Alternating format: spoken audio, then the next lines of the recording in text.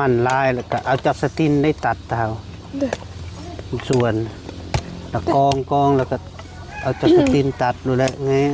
สบายกว่าโดยหักละมันกับมันยาวมันงามเลยโดยมาเลือกเอา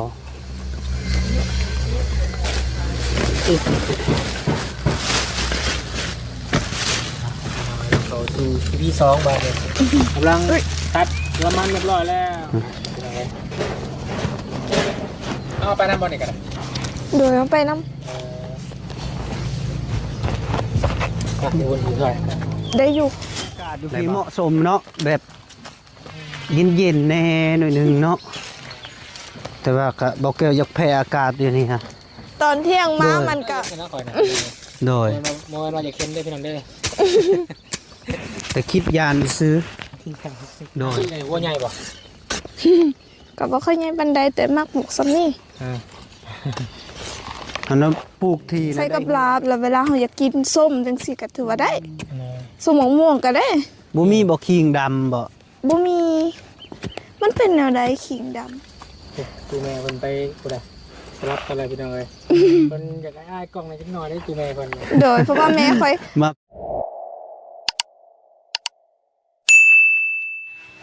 พี่น้องเนาะครับทักทายสบายดีและสวัสดีเด้อสวัสดีช่วงบรรยากาศยามตอนเช้าเวลาแดดอ่อนๆพี่น้องเนาะกับพอดีเบาแก้วสีตัดลำมันซอยน้องป๊อบพี่น้องเนาะกะพ่อ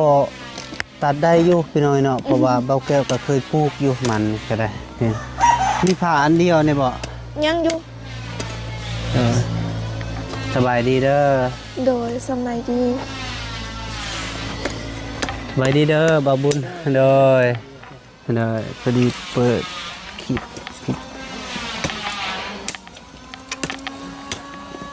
มาสิตัดซอยไปเอามีดเอาผ่ามาเลยเพราะว่าแต่ให้มันแหลวไวพี่น้อยเนาะเพราะว่าสิไปปลูกแดดยังไม่ทันแห้งพี่น้อยเนาะพอดีแดดกำลังอ่อนๆจนแดดร้อนมันสีแดดครับพี่น้อยเนาะ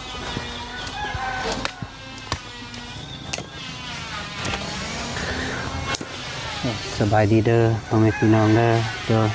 สบายดีเด้อ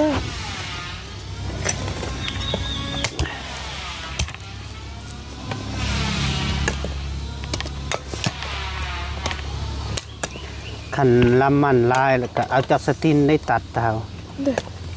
ส่วนแล้วกองแล้วก็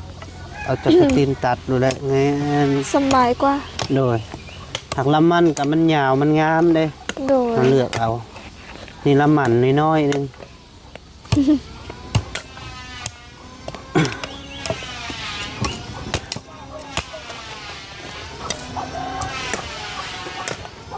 ได้อยู่บ่ร้อยต้นก็สิบ่ได้เบิ่งนี่เนาะโดยมีบ่มีบ่โดยบางเพื่อนก็มีแต่ว่ามีน้อยที่ได้อยู่บ่ประมาณ2เพื่อน3เพื่อนโดยกันยังบ่ฮู้คือกันมันเป็นภูเนาะเป็นภูเป็นผาแล้วก็เลยเฮ็ดนาบ่ได้ดินบ่เพียงโดย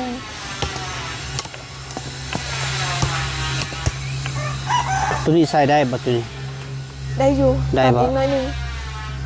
เอาซองนี้เนาะฟองนี่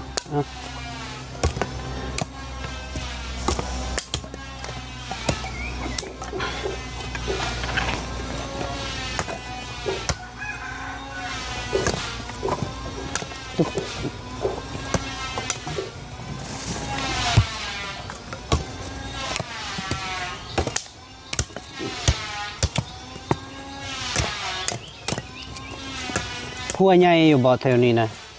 มันก็ใหญ่อยู่ถือว่าใหญ่พอสมควรแต่แบบเฮาเฮ็ดแบบดินบอนเฮาเฮ็ดแบบเฮาเฮ็ดตลอดแบบเฮ็ดคู่ปีจังซี่มันก็สิซ้ำแน่นึงมันก็เลยหัวน้อยจักปีเลยจะเฮ็ดสวนมันก็บ่ฮู้แบบตั้งแต่แบบเฮาเฮ็ดมันนี่ก็ถือว่าได้ประมาณ5 บ่ 5-6 ปีประมาณนั้นนับแต่เริ่มต้นแต่เก่าเนาะนับแต่เพิ่นเริ่มซื้อเด้ทำอิฐกะ1,000 ปลายเนาะโลนึงแพงนะดิบประมาณ 300ตอนนั้นพอดีปีต่อมา 2,000 ปีต่อมา 4,000กว่า ปีนี้นะบ่ฮอด1,500ซ้ำ ปีนี้นะ เด้อ ปีแล้วนี่ฮอดบ่ แล้วก็คือกัน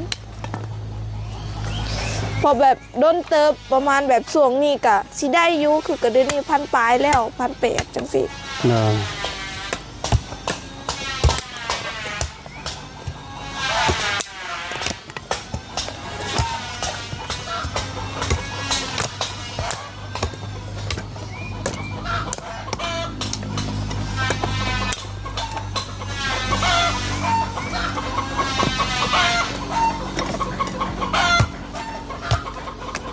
ต้องกล้องเป็นระเบียบเด้อพี่น้อยเนาะมันปลูกปีนก็บ่ได้อันนี้นะ เด้อ มัน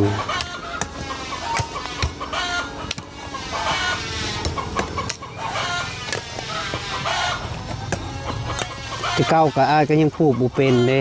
เด้อ แล้วแต่อยากปลูกจังไดก็ได้มันแล้วมันบ่ขึ้นติ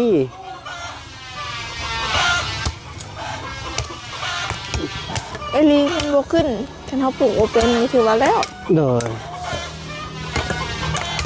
ไก่เป็นหยังเด้ ไก่อารมณ์ดี ไก่อารมณ์ดี น้องปอบเพิ่นว่าไก่อารมณ์ดี เพราะว่าทั้งเบายังเบาหลีเป็นคนบอกว่าไก่อารมณ์ดี โอ้โหตอนเบาลีเพิ่นมาแล้วก็ไก่กระตากอยู่บ่ บ่แบบเฮาถามเพิ่นนะเพิ่นบอกว่าไก่อารมณ์ดีเลย เฉพาะได้เพิ่นมาตกสารเนาะ บึ้มว้าเห็นอยู่ในคลิปอย่าหัวอยู่ ติเก้าก็ไปน้ำเบาลี่แหละปลอมแต่อ้ายขาเวียกอิหยังกับเลยมาเราส่วนอยู่ เด้อ 2-3 เทื่อแหละมันต้นอ้ายว่างบัดเราบ่ว่างบัดนี้ เราเปิดพาตัวแม่ได้ไปมุกไปพอกไตอิหยังเนี่ย โดย แม่เราโซ่ปีดีนะ โดยแม่อายเพิ่นเท่าแล้วบ่ กะบ่ได้เท่าปานใด แต่ว่าเป็น แต่ ไตบ่ โดยคนเฮาคันโซ่แล้วก็เป็นคือคนเท่าเลย โดยคือกันเบิด เลย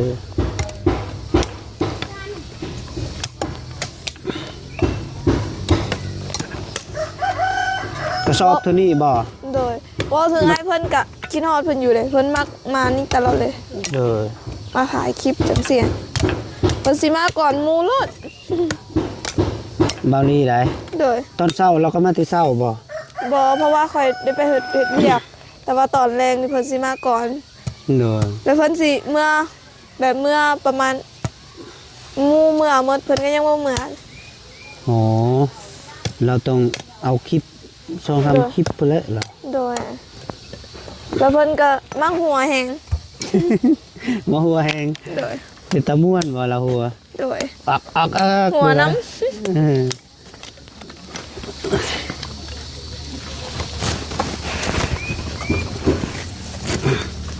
เต็มติบ่เต็มบ่ เต็มกระใส่อันนั้นเอา ใส่ถุงยางนี่บ่ โดย ถุงยางขนม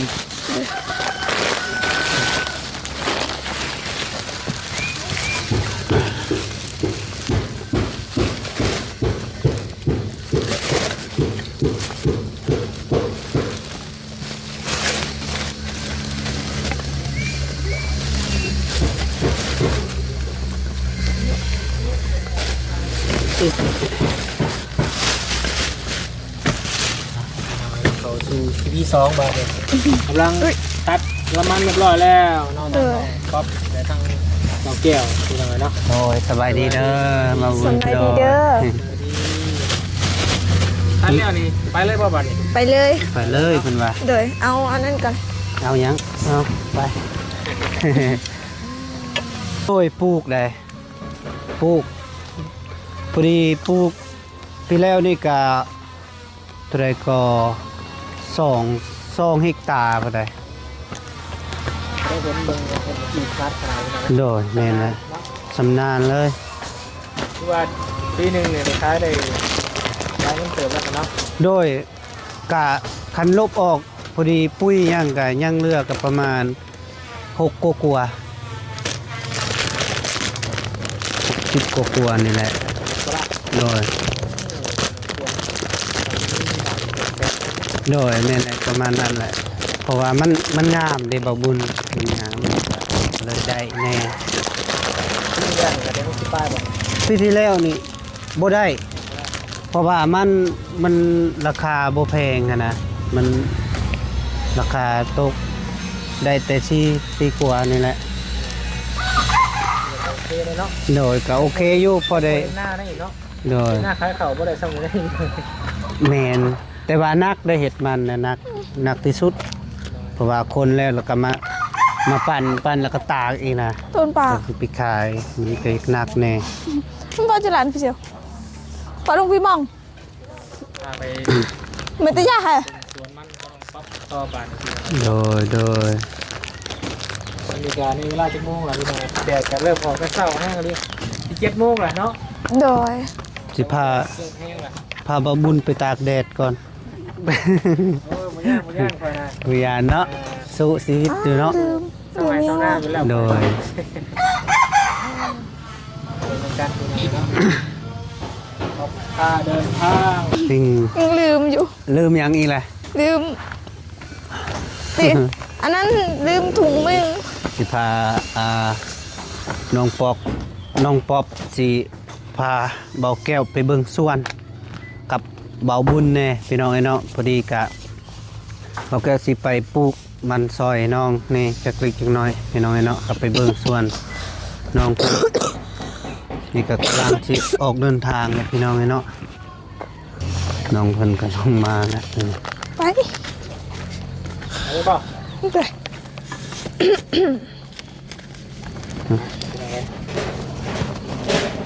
เอาไปน้ำบอลอีกกัน โดยเอาไปน้ ดูวนอยู่ด้วย ำได้อยู่ ได้บ่ โดยได้แล้ว มาชิวซอยก็ได้ ไปเนี่ยแล้วก็ ไป ลุยสวนมันน้องปั๊บปี้ ป๊อปปี้บ่ตั้งชื่อใหม่อีกบ่ ป้าแซนเยอะไปเจ้าพวงเยอะหมวยมั่วหมวย ไป แม่ออกล่ะป้าจุดอะไรล่ะ ป้าจะใส่เนาะ กำลังฝนฟ้า จัดคืนเดี๋ยว สะออนด้วยกล้วยนี่เนาะ คู่เนาะเอาคืนแล้ว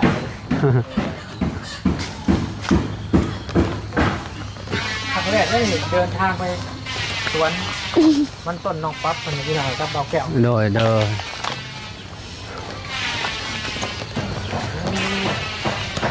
บรรยากาศอยู่พี่เหมาะสมเนาะแบบเย็นๆแน่หน่อยหนึงเนาะแต่ว่าก็บอกแก้วอยากแพ้อากาศอยู่นี่ฮะ ตอนเที่ยงมา ด้วย มันก็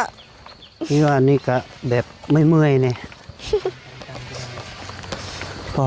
สวนมันเพื่อนเนาะ กินงามเลยเนาะ โดย ลำมันใหญ่โดย ยังบ่เมิดส่วนอันนี้เด้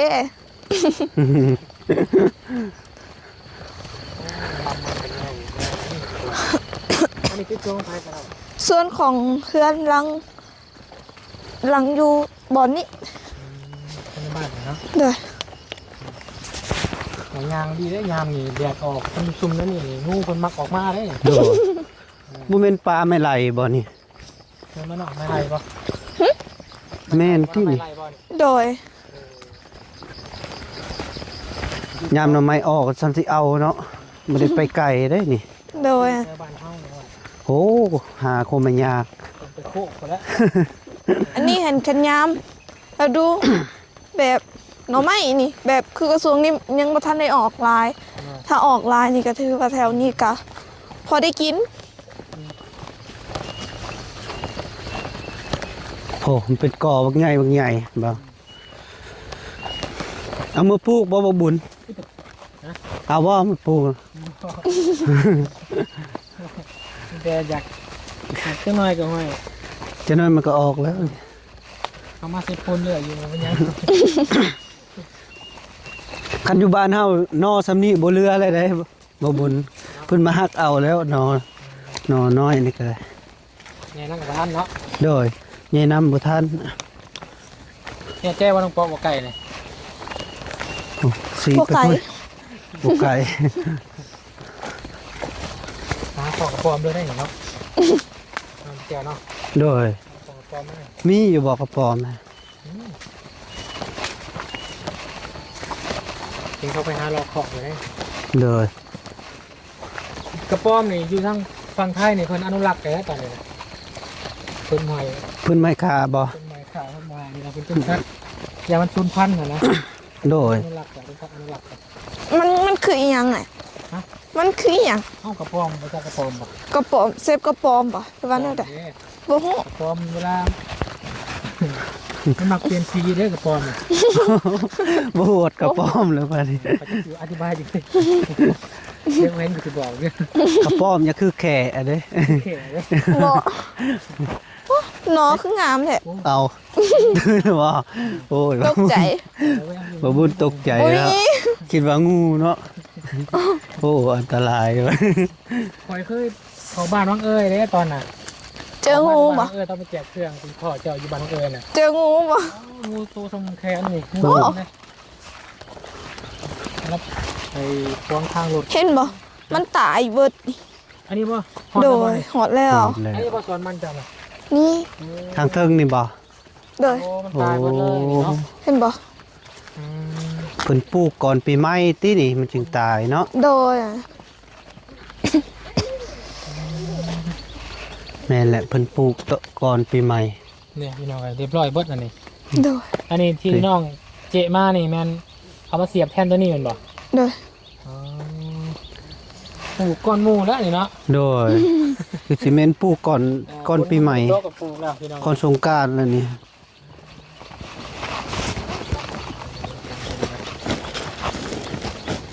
ที่ของตูแม่ก็ไพ่อะไร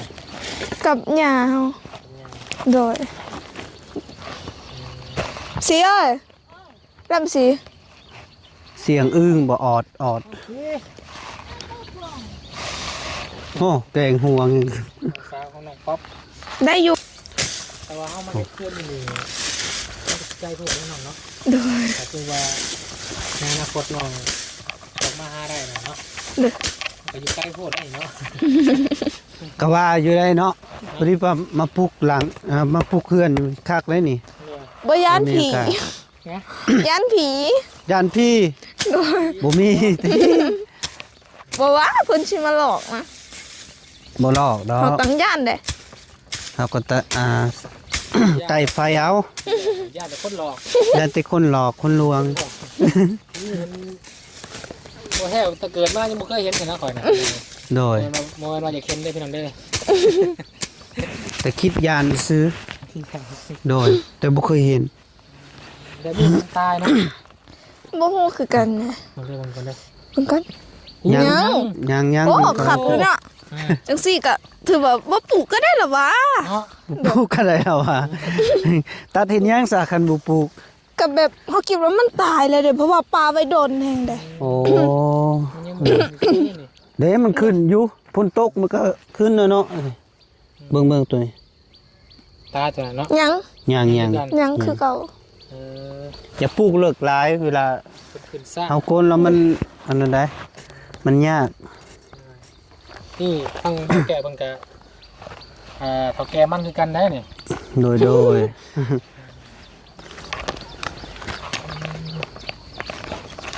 ะบกพร่องมาได้เพราะว่าน้องคนแดงน้องสามอย่างเนาะแต่ว่าน้องเคยสวนตัวนี้น้องเคยได้หลายสุดเนี่ยจังละ ก็บ่ฮู้คือกันได้บ่ประมาณ5ล้านบ่ หาล้านปีก่อนๆเป็นราคาเลยฮอด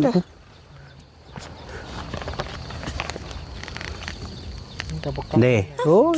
แบบนี้มันก็ยากแล้วเนาะเฮาสิปลู ยั ก งมันขึ้นอยู่ให้ เพื่อนมาปีเจ้าแต่ว่ามันก็ แบบเพิ่นเฮาดึงจังซี่มันก็สิตายก็บ่จัก บ่ตายดอก อีหลีได้เสียดายเลยแหละแบบเฮาตัดไว้แล้ว พี่น้อยเนาะ คันปีเป็นราคาแล้วก็มันเป็นราคาเพิ่นก็ได้5ล้านเพิ่นว่าเนาะปีบ่เป็นราคาแล้วก็ได้3ล้าน2ล้าน นี่ถ้ามันขึ้นแบบนี้เบิดคักอยู่เนาะ เด้อคันแบบปลูกแบบน้ำเดียวกันเบิดแต่บ่ฮู้ว่าตัวนี้ใหญ่แล้ว เสียงอึ้งที่ออกอยู่ ท่านบอกเขาจะดึงออกหรือแบบคันเฮาดึงออกจังซี่แล้วมันสิตาย บ่เจกกระเซมใส่นี่ก็ได้เสียบที่กลาง เสียบกลางเอาเนาะ แม่นเสียบกลางเจ้าปลูกห่างโพดนี่ฮะ ไปดีแล้ว ห่างมันได้หัวใหญ่บ่ ก็บ่ค่อยใหญ่ปานใดแต่มักปลูกซ้ำนี่ อันนั้นปลูกทีนะได้หัวมันได้ เพราะว่ามันก็แม่นอยู่หัวบ่ใหญ่แต่ว่ามันได้หลายเด้ สีส้มแบบนี้เนาะ นี่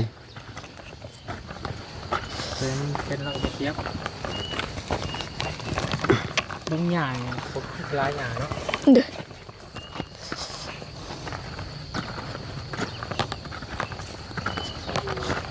ก็บ่ใกล้เป็นได้ส่วนเรากับพี่น้อง บ่ฮอดลักซ้ำ หอดรักประมาณเกือบครึ่งนึงเนาะเป็นกิโลเนาะ โดย มันกับใต้ร้านมันไหน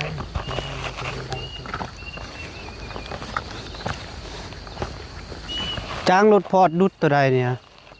บ่ฮู้น้ำแม่คือกัน เพราะน้องคนบ่คอยได้อยู่เลยพี่น้อง เด้อ เราเฮ็ดเวียกอยู่น้ำเวียก เด้อ หัก จัก ดิน ปีแหละน้องเฮ็ดอยู่เวียกน้ำเวียกเนี่ย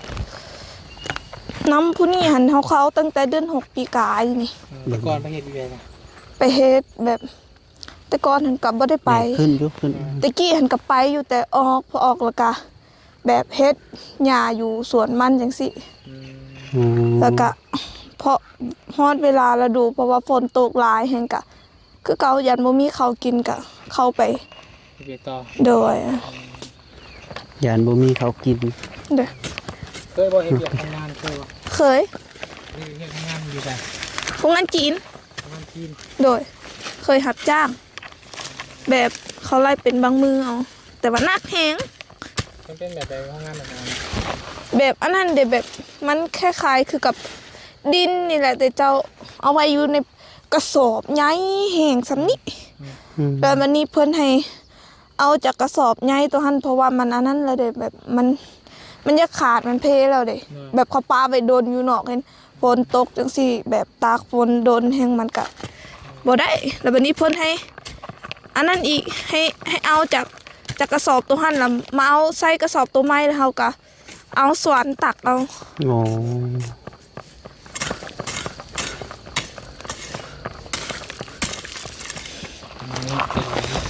ตัวน้องเพิ่นสิเป็นคนแบบว่าไปหาไขว่คว้าทำงานนะเนาะไปส่วนหลายเนาะ โดย เนอะ เพราะว่าก็ดีได้ทีหนึงเนาะบางคนก็ยังสุดจัดแต่ว่าไปหาเฮ็ดเวียกทำงานทีหนึง โดย ไปเงินซื้อไปที่น้ โดย ำแล้วเอาเงินไว้เก็บไว้ให้แม่ โดย เป็นน้องเพิ่นก็ไปสู้ชีวิตเนาะเพื่อครอบครัวว่าซั่น แล้วน้องเคยคิดว่าอยากไปทำงานอยู่ไทยยังเคยคิดบ่ เคยกัดแต่ฝัน จะฝัน โดย เพราะว่าเห็นคนลาวมันนี่หลายเห็นไปเฮ็ดเวียกอยู่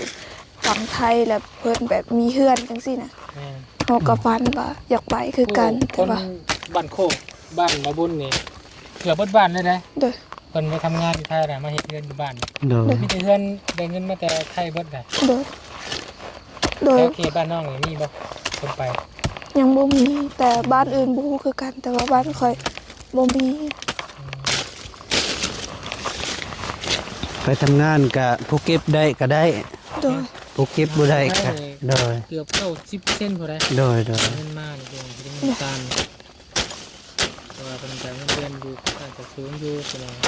ถ้าได้เงินต่ำก็ได้300 400บ่เนาะ แม่นแล้ว เดือนละ เขาละเป็นวัยเป็นวันเนาะวันละเท่าใด แบบ บ่บุญก็เคยไปบ่ เคย เคยเนาะ โอ้โหจักได้ร่อนอยู่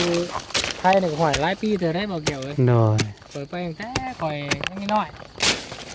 2000 2008 2009ได้ไปตะกี้ โดย อยู่ไทยประมาณ10 ปีแล้ว บาวลี่เพิ่นก็เคยไปได้บาวลี่ก็ เดี๋ยวรี โดย ทีมงานเฮาเคยไปหมดทุกคน โดย แลนไปไทยหมดเลย บาวลี่บ่เตียงก็ไป ไปรถถึงแค่ทำได้มาเพียงมากคือยังไงเนาะการลงทุนอยู่ไทยแบบทุกคนเลยเคยไปทำงานอยู่ไทยด้วยการโคกเกือบวัด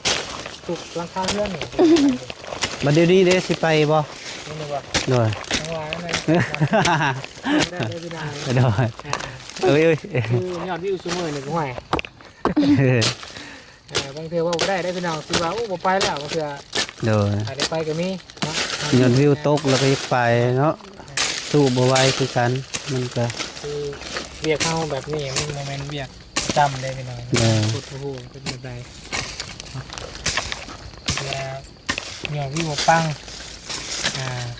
สู่ไปทำงานอยู่ไทยดีกว่า โดยแม่นแล้ว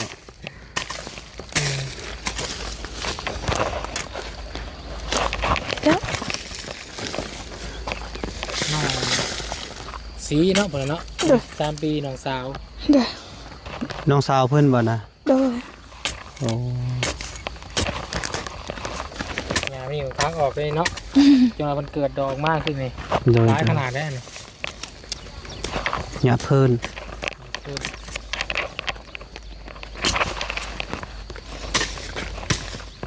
เงินบ่ต้องปรับเท้าซื้อย่างไปรัดซื้อนี่แม่นถือบ้านของเอ้ยบ่ บ่แม่น แม่นบ่ ทางมึงต้องไปอีกทางหนึงทางพุ่น รวมอยู่บ่ เด้อ คันเฮาไปตามอันนี้ก็ต้องน้ำเสอยู่บ้าน เซ่หยัง บ้านสาม เซ่จำพรบ่ อยู่บ้านสาง บ้านสาง เด้อ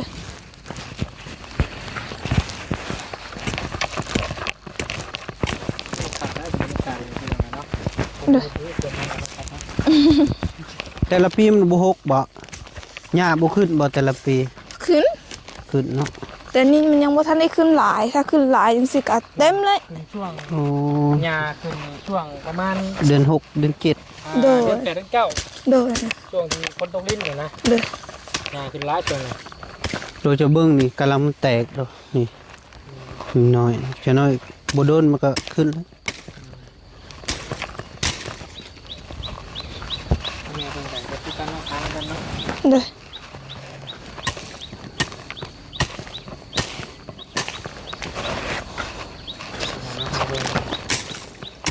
ที่ได้ดินตัวนี้เราอยู่ใกล้ทางแล้วเนาะ โดย เราอยู่ใกล้ทางเลยเป็นเศรษฐีผู้หนึ่งได้นี่พี่น้องเลยน้องบอกแก้วเนาะ โดยฮอดสายดินเจ้านี่นะฮอดเพียงแต่ซำนี้บ่ โดย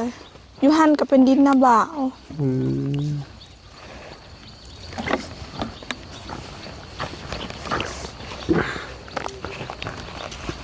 เราใกล้จากทางกันไกล โดยไกลเติบอยู่ ที่เนาะ บ่ฮอดติโดย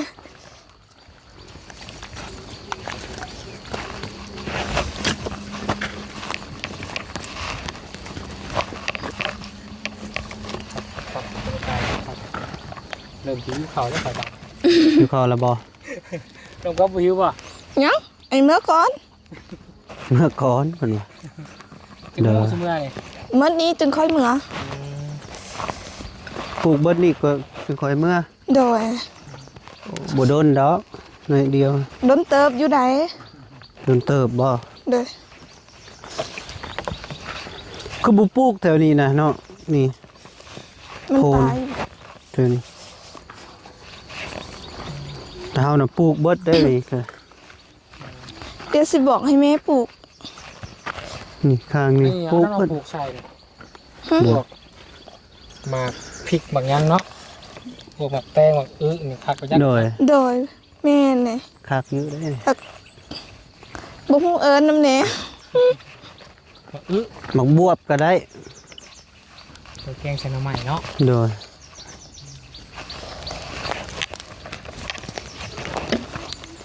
กินโปรไม่ได้ด้วยนี่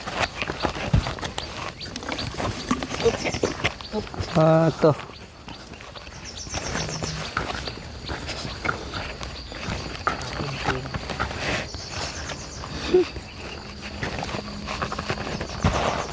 อันนี้เขาเอิ้นว่าอิหยัง หัวหยัง โพน หัวโผน โค่น แม่นหัวโพน โค่นกินโตด โทษ โค่นทั้งบ้านเจ้าเป็นหยัง โล โล โล โล บ เล ล็อย ก โล เดย เออ ได้อยู่บ่ ฮัลโหล โล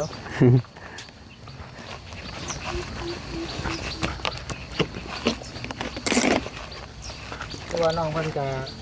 ยังมีดินของตัวเองอยู่ของเขาเนาะ โดย เป็นดินไอ้ที่ส่วนมันพี่น้อง โดย เพราะว่า อุ้ย เพราะว่าในให้พักหนาส่วนนุ่มสมมตินะพี่น้องนะสมมติแต่ว่าน้องคนนี้จะเป็นอย่างนี้ที่ว่าบ่มีบอลอยู่บนเศร้าก็ยังว่าในมาอยู่นี้ก็ได้เนาะ โดยอยู่นี่ก็ได้ ได้บ่ ได้ ใจติไฟที่มันสิบ่ถึงพี่ มันต้องไปในนอนพี่น้องตรงนี้แน่นอน โดยก็เลือกมาตั้งเฮือนตั้งซ่านโอ้คักอีหลีเนาะบ่บุญเนาะเบิ่งบรรยากาศแบบเอาคูนดินใส่โพโตนี่ทางลุ่มๆนี่ก็ได้ ไปเดินยางไปหาทางจูแม่กับน้องไปปะ เด้อ ใช่ วันนี้คือว่าออกหมดเลย เสียบโน่นนี่เนี่ยเขามักลงคลิปเนาะแถวเนื้อเขาไปยิงกระหอกกระแตเสียงนกนี่แหละ เดี๋ยวนี้ก็เพราะว่าสีเดินป่าเขาป่าหาล่าสัตว์อีกแล้วเนี่ยเบาเยี่ยงบางกองนะพี่น้อง ผู้ใด จะเบาเยี่ยงบ่ บ่ได้บ่เคยเห็นลาวได้ เบาเยี่ยงเป็นอยู่เขตเมืองนอก ออกกันเราไม่จอตรงนั้น ยังไง นี่คิง ปลูกคิงบ่อยู่ ปลูกแล้วควดไหม อ๋อคือมันเห็นยังไงปลูกคิงอยู่หน่อย คือบ่ปลูกแถวคันพุ่นล่ะคันคู่นี่มันจึงน่ะเป็นหัวคัก ปลูกแถวนี้เลยพอก้นไปเที่ยวมาจังซี่เขาไปหาหน่อไม้ก็พอให้เขาเก็บ อืมปลูกเพื่อคนบ่นี่ปลูกเพื่อคนเก็บอันนี้ ปลูกเพื่อคนมารัก เขาสิเห็นเด้เขาบ่เห็นนี่ถือว่าเขารักบ่ได้ นั่นเนาะน้องสีสบายดีลูก บายดีเด้อ สบายดีทางนี้เนี่ย น้องสีน้องสาวของน้อง เอาหมวกออกพุ่นเด้อ โดย เอาหมวกออกปลดออกไหม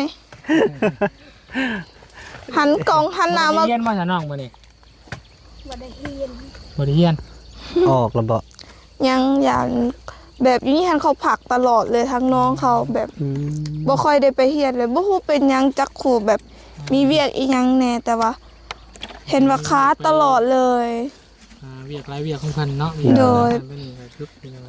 โดยร้ายแฮง คุณแม่เพิ่นก็ ก็ช่วยให้หนูนะช่วยให้หนูไปเก็บทุน อันนี้บ่ย่างน่ะ โดย ย่างนี่แม่นแม่ของพ่อวะ โดย สบายดีตู้ สบายดี มันชวน สบายดี มันส่วน ชวน บอกเป็นอยู่ อายะจะเดินแล้วบ่ ยัง ยังอยู่ ยัง ยังบ่จ้าเนาะจ้าจะหมด อยู่อะที่กูตารางโจทย์ตั้งหลายตัวมึงหนักใจเด้อ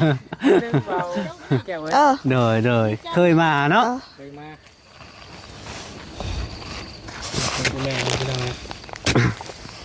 สบายดีแม่พรเด้อ โดยสบายดีเด้อสบายดีหมดทุกคนเด้อ ทิ้งต่อบ้านพี่น้องเลยเนาะอันนี้ว่าแม่เจ้ามาแต่เสียงมาดอกปอกแป๊กในสวนนี่ โดย ถ้าว่ามาบ่เห็นแม่เจ้านี่อยากตามอยู่ไสแม่มาตามอยู่นี้ ตามอยู่นี่บางมือก็ไปบางมือก็ไปไปเอาแหงหมูกะ ครูบอกได้เฮียนครูบอกพักบ่พักวันกรรมกรบ่อ๋อ น้องสีอายุ13ปีแม่นบ่ เฮียนห้องใดล่ะป ปนหมวกอองแอะ พออายเลยเพิ่น .3 อายุจักปีล่ะ ทุกท่าน 13 ปีเฮียนป .3 คันอยู่เซโนเฮาซำนี้น่ะม .2 ละไดบ่บุญ เดี๋ยวเพิ่นเรียน เด้อสู้ๆเด้อ โดย เรียนให้จบเด้อ 14ปีกับป .4 บ่แม่นว่ามื้อใดมื้อหนึงอยากกิน เด้ไปเรื่อย บ่ทันออกเอาไปเก็บกินก่อน ๆปลูกขิงบ่ปลูกให้เบิ่งดู ทิ้งใน ปลูกแบบใดลูก เจ้าน้องคณะไปเฮ็ดหยังกิน ไปใส่กับคือกับลาบจังซี่ก็ได้ใส่กับลาบแล้วเวลาเฮาอยากกินส้มจังซี่ก็ถือว่าได้ส้มมะม่วงก็ได้ บ่มีบ่ขิงดำบ่ บ่มีมันเป็นแนวใดขิงดำ เอาใจมันดำได้ มันมีใจน้ำเต้ มีได้ขิงดำในใจมันดำน่ะปวกกระเพาะอหยังก็ดีได้ปูเป็นโรคกระเพาะน่ะ บ่มี บ่มีขึ้นมาเนาะ มีกินข้าวบ่ โดย กินข้าวนี่แก้ไอได้บ่เนาะ โดยค่อยแม่นมื้อนั้นหั่น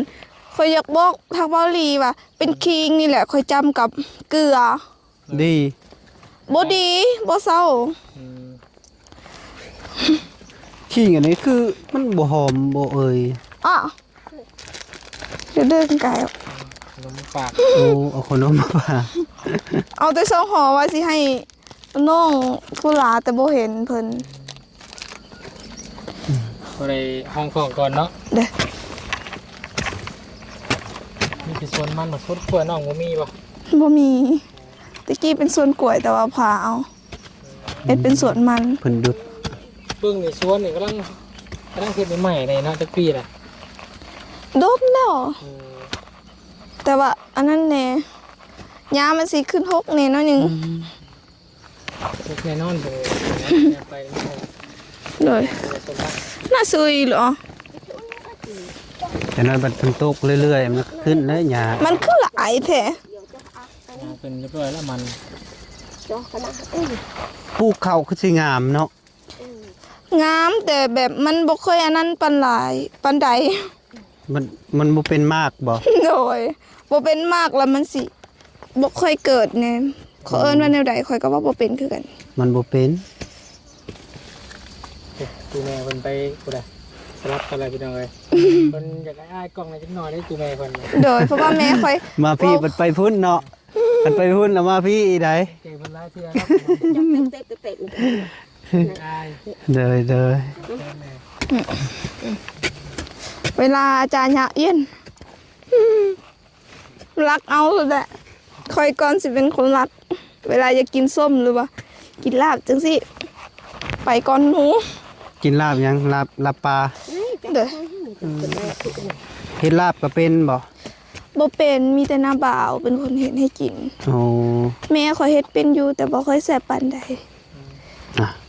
แม่น้าบ่าวข่อยเฮ็ดแซ่บหลายกว่าแม่ข่อยหันถ้าเป็นแกงจังซี่ก็แซ่บ ไปเอาอยู่ไสละปลานะซื้อเอาบ่ โดย อืม ปลูกง่ายนี่ทีเนาะ โดย คือ นั่นไป ขุด ฟังสิ ฟังแล้วก็เป็นช่วงมันเป็น ปลูกสำนี่ผัดเรือมาปีต่อมานี่จักสิซำใดยันเขาเจ้าเอาเบิดแน่ ก็บอกเพิ่นแหละบ่เอาลายเด้อบ่ค่อยปลูกได้ เฮาก็บ่ฮู้เนาะเพราะว่าบางคนแบบเขาอยากเอาไปขายเขาก็เอาเด้อคันเฮาบ่เห็นเฮาเขาสิรักเอา เด้อ อีหลีเด้คนแถวบ้านข่อยเห็นเวลาเฮาเห็นเพิ่นก็สิบอกว่าคอในเด้อถ้าบ่เห็นก็คือว่าแล้ว แล้วเนาะเพิ่นคออยู่ ท่านเพิ่นบอกอยู่เนาะ แม่นเพิ่นเอิ้นบอกอยู่ แต่ว่าเอาแล้วก็บ่จัก เอามื้อนี้ก็มาอยู่สวนน้องป๊อปเด้อเพิ่นลาเวียกมื้อนี้พี่น้องมาซอยทั้งแม่ปลูกมัน โดย เนาะแล้วก็ปลูกขิง โดย น้องลาบ่อยๆแบบนี้ทั้งหัวหน้าเพิ่นบ่หายบ่ แต่แบบก็บ่ฮู้คือกันแบบคันมีเวียกจังซี่ก็ได้ลา เด้อ เห็นว่าโอ้คือมือไปมือบ่นะแบบคืออย่างเราเพิ่นหายเพิ่นบ่ได้ไหวหรือยังบ่ บ่ฮู้คือกันเพิ่นก็อาจสิหาอยู่แต่แบบเฮาก็จำเป็นพอเฮ็ดอันนี้แล้วจังหน่อยก็ไปเวียกอีก อืมอืม ต้องมาซอยแม่ก่อนเนาะ เด้อ ต้องได้พัก เมื่อกี้นี้หมูเคยแล้วเป็นคนมาหั่นเด้อ อืม หมู่เจ้าบอกกินนี่นะ เด้อ มาหับเจ้าบ่ โดยแต่เราอายกล้องเนี่ยแบบเห็นจุอายมาแล้ววันนี้เพิ่นบอกว่า ค่อยถามว่าไปใส่เราบอกว่านี่ไปเหือนนั่นนี่แต่ที่จริงแล้วไปเหือนค่อยพออยู่หั่นหันบ่มีหมู่เป็นวัยรุ่นสามค่อยนะ อืมโดย เพื่อนลาวหันกะมาแต่พูนกะชื่อเพื่อนลาวก็ โดย เพื่อนก่อนอยู่ฝั่งนี้คือกัน เอาพี่น้องเนาะพอดีมาเบิ่งส่วนมันของน้องป๊อปกับประมาณนี้แหละพี่น้องเนาะ มีแต่ โดย เบาก็เบาแก้วที่เนื้อปลาได้บาทเนี่ย โดย โดยสิได้ เข้ากัน เมื่อปะก่อนไปหากินข้าวกินน้ำก่อนเด้อ ตอนนี้ก็18 โมงแล้วพี่น้องเนาะ โดยสบายดีเด้อทางเมา โดยสบายดีเด้อ โยสบายดีเมื่อสุขสุขคนโดย โดย สิได้กลับป่าก่อนมื้อแรงกินสิมาใหม่ โดย หาใหม่ โดยขอให้เดินทางปลอดภัยเด้อ โดย ขอให้โชคดี ขอให้ร่ำรวยๆจับหยังเห็ดหยังก็ขอให้เป็นเงินเป็นทอง ขอให้สุขภาพแข็งแรงขอให้พระเจ้าอวยพร โดย ใจหลาย ขอบใจหลายโดย และถ้าว่ามาเรามาในชั่วโมงหน้าเนาะถ้าว่ายังมากก็จะพอกันอยู่เพื่อนเขาพอกันเพื่อนกับแม่น้องไปเรียกเนาะ ยังสิไปเวียกอยู่บ่ปลูกแล้ว ไปแล้วมื้อนี้ก็ โอ้ดูบนมือเลยเนาะ โดยแบบไปเวียกน้ำหมูแป๊บหนึงก็มา โดยไปซอยเวียกหมู่โดย แล้ว โอ ก่อน เค เด้อตุยาเด้อไม่ โดย ยาเด้อ เมื่อก่อนเด้อ กลับก่อน อายาป๊อปเนาะ โดย เพื่อนน้องสีสีทนได้ บ๊ายบาย ไป ไปโดยไป การพี่น้องเลยเนาะวุ้นจะได้ขออนุญาต ไปก่อนเด้อพ่อแม่พี่น้องไอ้เนาะพอดีบอกแก้วก็ขออนุญาตจบคลิปปิดคลิปก่อนเด้อขออยู่ดีมีแรงสุขภาพแข็งแรงอย่าเจ็บอย่าจนอย่าขาดอย่าจนส่งมาร่ำรวยมาสุขสุขคนเด้อทั้งพ่อและแม่เด้อโดยบ๊ายบาย